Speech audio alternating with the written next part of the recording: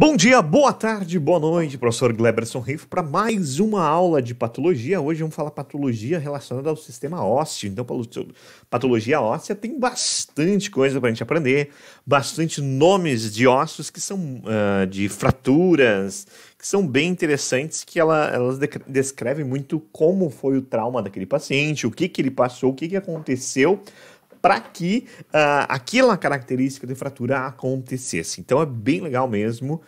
Eu digo sempre que é uma das áreas mais interessantes que a gente vai ver isso na prática, né? Então é bem legal mesmo. Vamos lá. A primeira coisa, a gente vai definir fratura, né? Que é uma ruptura de osso. Básico, né? Fraturas são denominadas de acordo com a sua gravidade. Primeira coisa que a gente tem que saber. Forma ou posição da linha da fratura. Então, o que acontece? Isso daí, muitas pessoas não gostam dos nomes, das formas ali, mas elas são características, né? Um tipo de trauma, um tipo de fratura, como que aconteceu aquela fratura, vai ter um... E temos já aqui a primeira coisa que nos pega, né? Ou é bem perguntado em concursos, que é até mesmo o médico que descreveu essa fratura. Então, tem fraturas que são características, né? E tem fraturas que levam nomes de médicos, nome de quem descobriu e quem que catalogou aquele tipo de fratura. Então, tu vai ver uma fratura aberta, né? Uma fratura exposta, uma fratura cominutiva, uma fratura em galho verde, uma fratura impactada e uma fratura tipo de Poth e de Colles. Aqui eu botei vários exemplos de fratura e aí tu diz, tenho que saber o nome. Tem. Não é difícil, né? Mas eu vou falar de vários macetes para vocês decorarem, para vocês entenderem como que acontece, né? Já vi cair em vários concursos isso e é uma das perguntas complexas. Perfeito? Vamos lá, então. Fratura exposta, fratura aberta é a mais, vamos dizer, gritante, a mais forte, que é quando a extremidade do osso se projeta para fora da pele. Então, fratura exposta, qualquer tipo de fratura que se projete parte do osso para fora.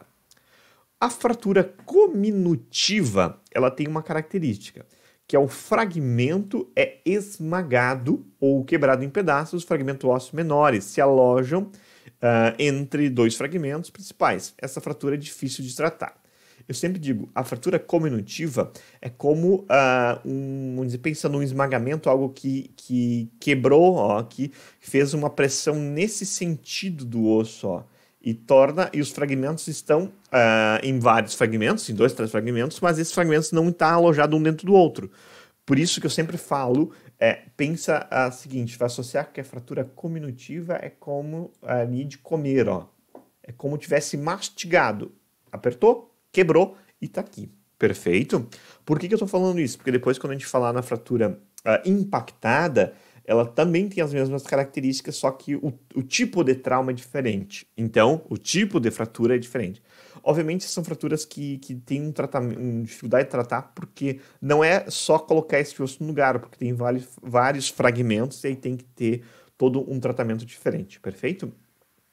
Fratura em galho verde. A fratura em galho verde é uma fratura parcial em que apenas um lado do osso quebra e o outro se dobra. Então, é sempre como tu tentar quebrar um galho verde, ó. Quebrou, essa parte quebrou, mas esse lado aqui está intacto. Então, é uma fratura? Sim. Mas não é uma fratura completa? Não. Ela é fratura em galho verde. Eu sempre digo, o exemplo mais fácil é tu pensar. Quando tu pegar um galho verde e tentar quebrar, tu quebra um lado, mas não quebra o outro. Então, é uma fratura em galho verde. Então, mais uma imagenzinha, ó. Aumentando aquela imagem, houve um trauma nesse sentido, então houve vamos dizer, um impacto nesse sentido, quebrou aqui, mas aqui está intacto. Então, fratura em galho verde. Fratura impactada. Tá, tu vai guardar essa palavra, impacto. Então, esse paciente sofreu um impacto. É uma das extremidades do osso fraturado, onde é inserida a força do interior da outra. Por isso que eu falei para diferente da cominutiva para impactada. A impactada, a força motriz quebrou nesse sentido, ó. É como se fosse duas forças e o trauma vai nessa lógica. Então, tá nesse sentido, outros anos. Então, o fragmento desse osso vai estar aqui dentro. O fragmento desse osso vai estar alojado dentro do outro. Então, há vários fragmentos, mas o tipo de trauma, o tipo de movimento que aconteceu, aquele trauma, causou vamos dizer, uma parte desse osso está inserida dentro do outro. Então, é uma fratura impactada. Tá aqui uma foto. Então, geralmente, é aquelas fraturas. Pulou lá do prédio. Onde caiu. Tá vendo que tem mais de um fragmento, mas o fragmento está dentro do outro. Então, é impactada. Não confunda com a cominutiva que eu expliquei anteriormente. Fratura de Pott. Essa fratura é bem comum. Por quê? É uma fratura da extremidade distal do osso lateral, da fíbula, né? Fratura da fíbula com lesão grave na articulação da tíbia. Fíbula, tíbia. Então, o paciente recebe um impacto nesse sentido, deixa eu fazer uma setinha aqui, ele recebe um impacto nesse sentido, quebra a fíbula, porque ela é menorzinha, porque ela é mais frágil, e a tíbia, por ser um osso muito denso, ela vai forçar tanto que vai fazer uma lesão aqui. Olha como é que fica bonito o pezinho. Então, é a fratura de Pott. Pott lembra pé. Pott, pé. Pott, pé. Tu vai olhar e vai dizer, fraturou a fíbula? Sim. Fraturou a tíbia? Não fraturou a tíbia. Houve uma luxação. Uma baita luxação. Vai botar o quê? Uma plaquinha bonitinha, os parafusinhos e um fiozinho de Kirchner aqui. E vida que segue. Fratura de Coiles. Coiles, guarda bem, é a fratura da extremidade distal do rádio, né, do osso lateral do antebraço do rádio, fratura do rádio, na qual o fragmento distal é deslocado posteriormente. Guardou essa informação. Pensa, é uma fratura onde o fragmento distal, esse fragmento aqui, do rádio, é deslocado posteriormente. Então, o fragmento é deslocado posterior. O fragmento é deslocado posterior. Então, tu vai guardar de que sentido. Geralmente a queda é nesse sentido, né? O paciente cai, bota a mão e o fragmento deslocado posterior. Então, tu vai guardar o quê? Posterior. Guarda o O. Então, eu sempre ensino para meus alunos, é um macete tosco, mas vai funcionar, posterior. Coiles, posterior. Por que isso, Gleberson? Porque eu vou mostrar que se deslocar para o outro lado tem outro nome. Sim, tem. Então, é o coiles. Coiles tem o, é de posterior. Deslocamento da fratura da extremidade distal do rádio com deslocamento posterior. Esse posterior, não esqueçam na posição anatômica. Como assim posterior? Bota o paciente na posição anatômica, então isso daqui é um deslocamento posterior. Olha ali a imagem, direitinho, né? Na posição anatômica, o fragmento está deslocado posterior, é coiles. Perfeito? Por que isso? Porque existe essa fratura de Smith. Smith é quando desloca anterior. Perfeito? Então, coiles posterior, Smith anterior. Falei porque é importante saber os nomes, porque mesmo tipo de fratura, vamos dizer, a fratura no mesmo osso, na extremidade distal do rádio, se o deslocamento ele é anterior é Smith, se o deslocamento é posterior é coiles. Por isso que guarda o macete do O, coiles posterior. Luxação. O que é uma luxação? É o deslocamento repentino parcial completo das extremidades do osso que propõe a articulação. Isso quer dizer que o osso se separa um do outro, né? Tira esse ponto de contato, né? Mas não há uma fratura. Isso pode provocar lesões nas estruturas próximas, ligamentos, vasos sanguíneos, etc. A articulação do ombro, quadril, joelho, cotovelos, punhos, dedos, qualquer articulação pode sofrer uma luxação. Dependendo do local e da força do impacto provocado por uma queda, um encontrão, uma pancada, ou uma contração brusca da musculatura, fraqueza muscular, luxação pode ser consequências graves e pode causar uma incapacidade permanente. Então, sintomas, obviamente, quem já teve uma luxação sabe que é dor, né? Dor, alteração no formato da articulação, impossibilidade de movimento, às vezes o inchaço, edemas e outros casos. Então vai desde uma coisa mais simples até uma coisa bem mais complexa. O tratamento é realizado com imobilização do determinado período, fisioterapia, dependendo da gravidade, cirurgia, né? Pode ser realizada para colocar o osso no lugar. Então, luxou, tu olhou, olha esse cotovelo. Saiu totalmente do lugar. Tá, mas quebrou? Não, não tem nenhum fragmento. Eu não estou vendo nenhum fragmento. Ó. Tá vendo a imagem aqui? Tem algum fragmento? Não. Então, isso é uma luxação.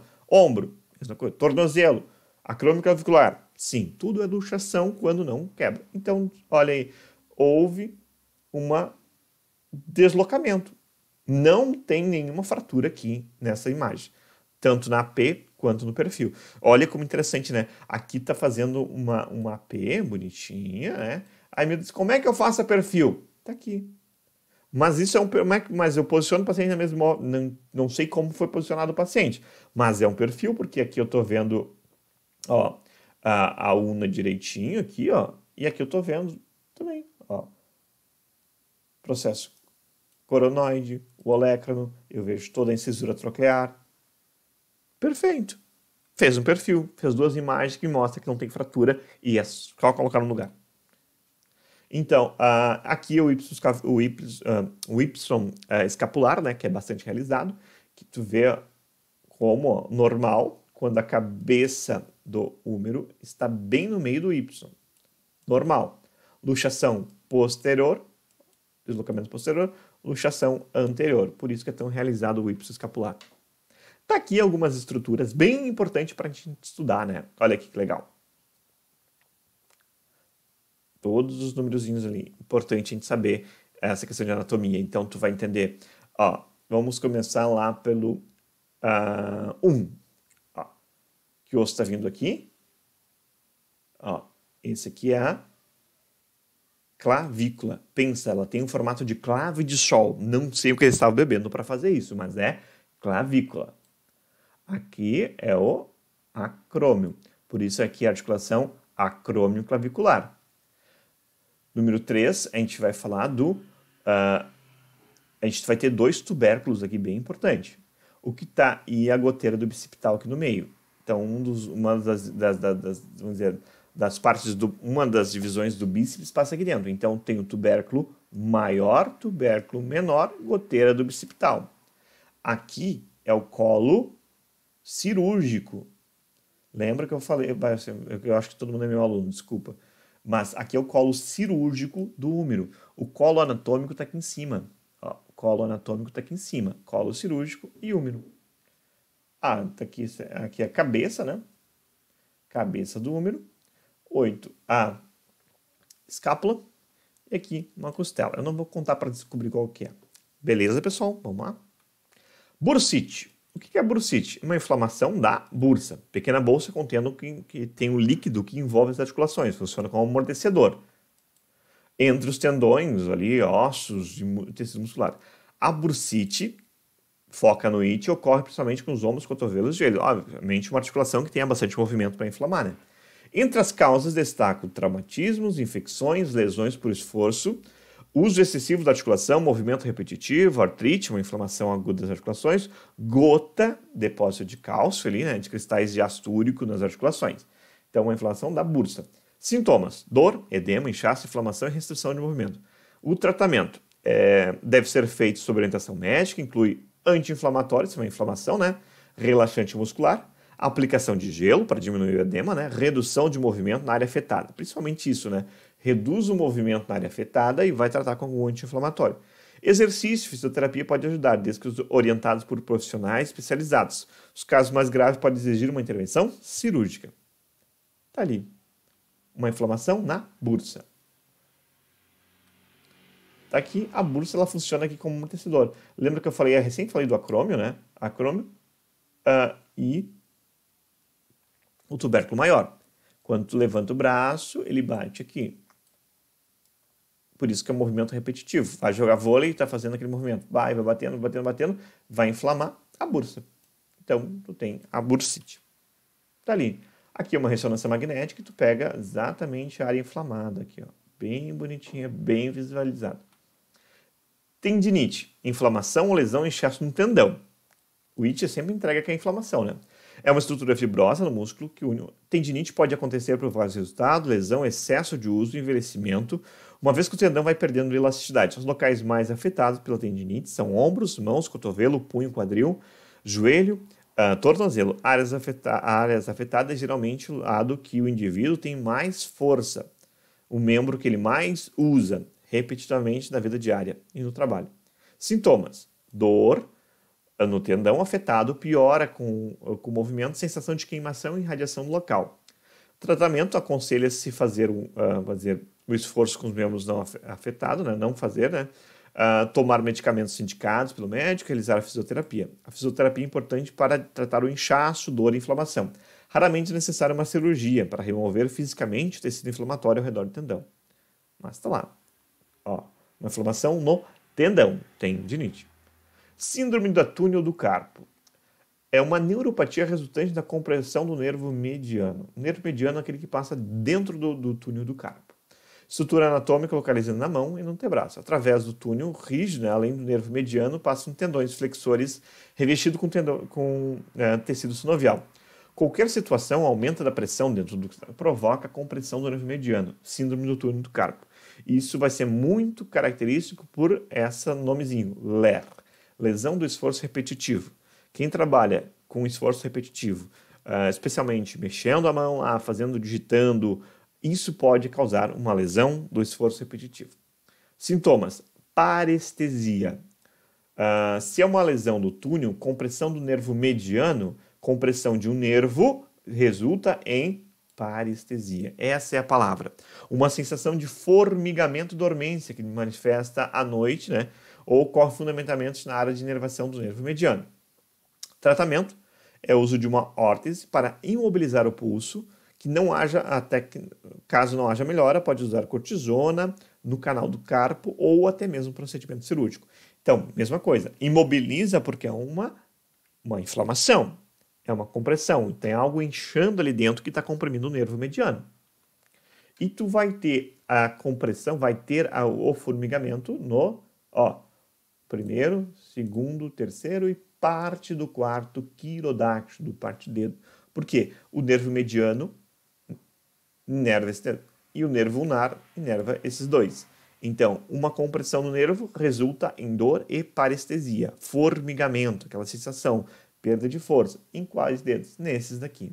Então, quando o paciente for fazer um posicionamento contigo, for fazer um túnel do carpo, for fazer alguma patologia, fazer alguma incidência relacionada a punho, tu perguntar para ele o que tu tem ou como é que é essa dor, ele te falar isso, provavelmente vai diagnosticar por... O exame padrão ouro vai ser um ultrassom, perfeito? Mas pode vir fazer um raio-x para descartar qualquer patologia. Metástase óssea. Lá quando a gente começou essas aulas, eu comecei a falar de metástase de câncer do tumor maligno. Perfeito. A transferência de uma doença ou lesão cancerógena de um órgão de um órgão ou parte pode estar diretamente conectado. Todos os tumores malignos têm a capacidade de se manifestar, transmitir as células malignas de uma parte do corpo para outra decorrente da corrente sanguínea. Os vasos linfáticos, lembra que a gente falou? Os vasos linfáticos são os principais, né? E extensão direta. Então, sintomas: dores intensas, não aliviadas com analgésico comum. Então, o paciente tem uma dor intensa que não alivia de forma alguma. E fratura óssea. Tratamento baseia-se em duas grandes vertentes: analgesia e estabilização. Primeiramente, o paciente tem uma dor intensa, eu tenho que tratar essa dor.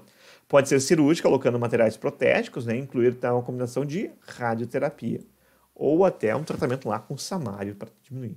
Então, aqui, uma imagem de PET, né, de PET-CT, onde é que foi injetado material radioativo e o paciente tem áreas metastáticas. E olha aqui que legal, tem essa característica aqui: desordenado, fragilidade. Aqui no ilho, né? Não fica diferente. Viu até no raio-x. Geralmente o paciente tem fratura, dificuldade, muita dor, né? Tá ali, ó. Como é que visualiza? Aqui no PET-CT, o paciente normal, tudo ok. Paciente com metástase, que ele vai ter áreas ósseas com hiperatividade, Quer dizer, concentrou, quer dizer que eu tenho aqui metástase óssea, porque áreas metástases têm bastante funcionamento, então é uma área com bastante, vamos dizer, está sempre funcionando. Então, como está falando no PET, eu estou falando do FLUR18, FLUR18 é um análogo da glicose, ele vai se ligar a estruturas ósseas que estão em constante mitose. Aqui, mais imagens, olha que loucura. Vê direitinho várias áreas metastáticas. Perfeito, galerinha. Forte abraço, até a próxima. Tchau, tchau.